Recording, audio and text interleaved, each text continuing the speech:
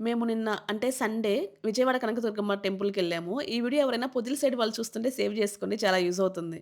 మేము మొత్తం 10 మందిం కలిసి వెళ్ళాము. ఇంక తెలిసిందేగా 10 మంది ఆడవాళ్ళంటే ఒకరు అదంటే ఒకరు ఇదంటా ఉంటారనమాట. నాకు ముందు రోజు చెప్పడమైతే మేము 4:00కే పొదిలి బస్ స్టాండ్‌కొస్తాము. 5:00కి కరెక్ట్‌గా విజయవాడకెళ్ళే డైరెక్ట్ బస్సుంది. ఫ్రీ బస్ అని జెప్పారు. సో, నేను 2:30కే లేసి మొత్తం పనంతా చేసుకొని రెడీగా ఉంటే వాళ్ళొచ్చేసరికి మాత్రం 5:30 అయింది. ఇంకా 6:00కేమో బస్సుంది డైరెక్ట్‌గా విజయవాడ బస్సు.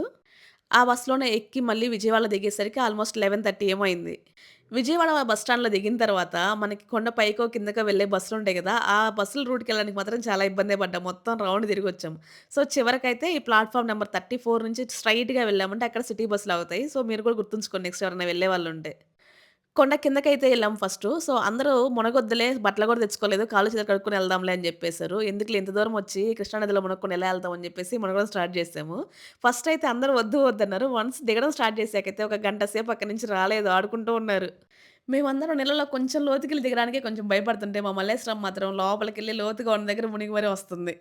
అలా 1 అవర్ ఉన్న తర్వాత ఇంక బయటకొచ్చేసి కొంచెం బట్టలవి ఆరిన తర్వాత తలదూకొని స్టార్ట్ అయిపోయాం.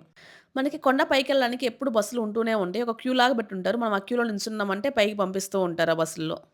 ఇంక పైకి వెళ్ళిన తర్వాత దర్శనానికి వెళ్ళేటప్పుడు మనకి ఫోన్‌లు ఎలో ఉండదు. సో, ఫోన్‌లు కౌంటర్‌లో పెట్టేసి వెళ్ళాలి.